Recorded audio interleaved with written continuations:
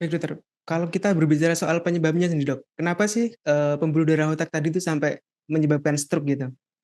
Apa aja dokter? Oke, jadi kita ketahui bahwa stroke itu kan dibagi dua ya.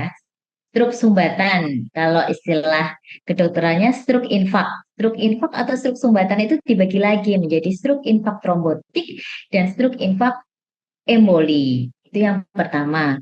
Yang kedua adalah stroke perdarahan atau hemorrhagic stroke.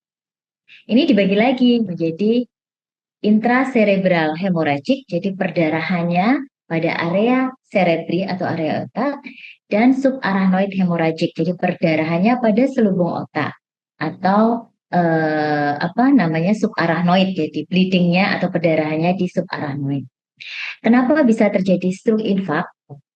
Misalnya trombus, trombotik ataupun emboli. Misalkan pasien yang lama mengalami riwayat hipertensi ataupun gula atau diabetes mellitus, kemudian kadar kolesterol tinggi, kadar asam urat tinggi, secara mekanisme lama-lama ini akan menyebabkan pembuluh darahnya makin lama makin menebal atau istilahnya aterosklerotik. Kalau pembuluh darahnya menebal, aliran darahnya kan kesumbat. Kalau kesumbat, otomatis akan menyebabkan area pada otak yang divaskularisasi atau mendapatkan nutrisi oksigen dari pembuluh darah itu tidak dapat. Jadi akan terjadi kerusakan pada area tersebut. Salah satunya atau manifestnya ada kelemahan separuh, pelu, gangguan basah dan lain sebagainya. Ini berkaitan dengan stroke sumbatan. Yang kedua adalah stroke perdarahan. Kalau stroke perdarahan di sini terjadi rupture atau eh, pecah pembuluh darahnya.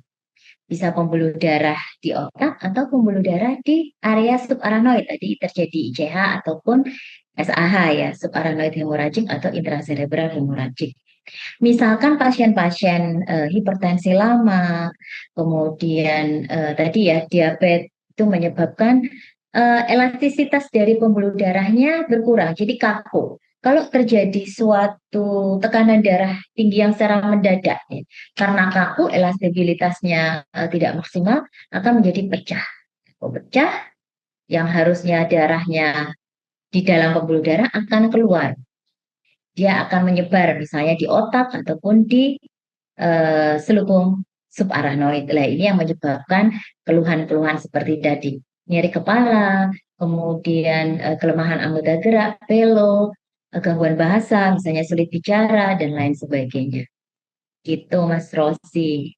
Download Tribun X sekarang. Menghadirkan lokal menjadi Indonesia.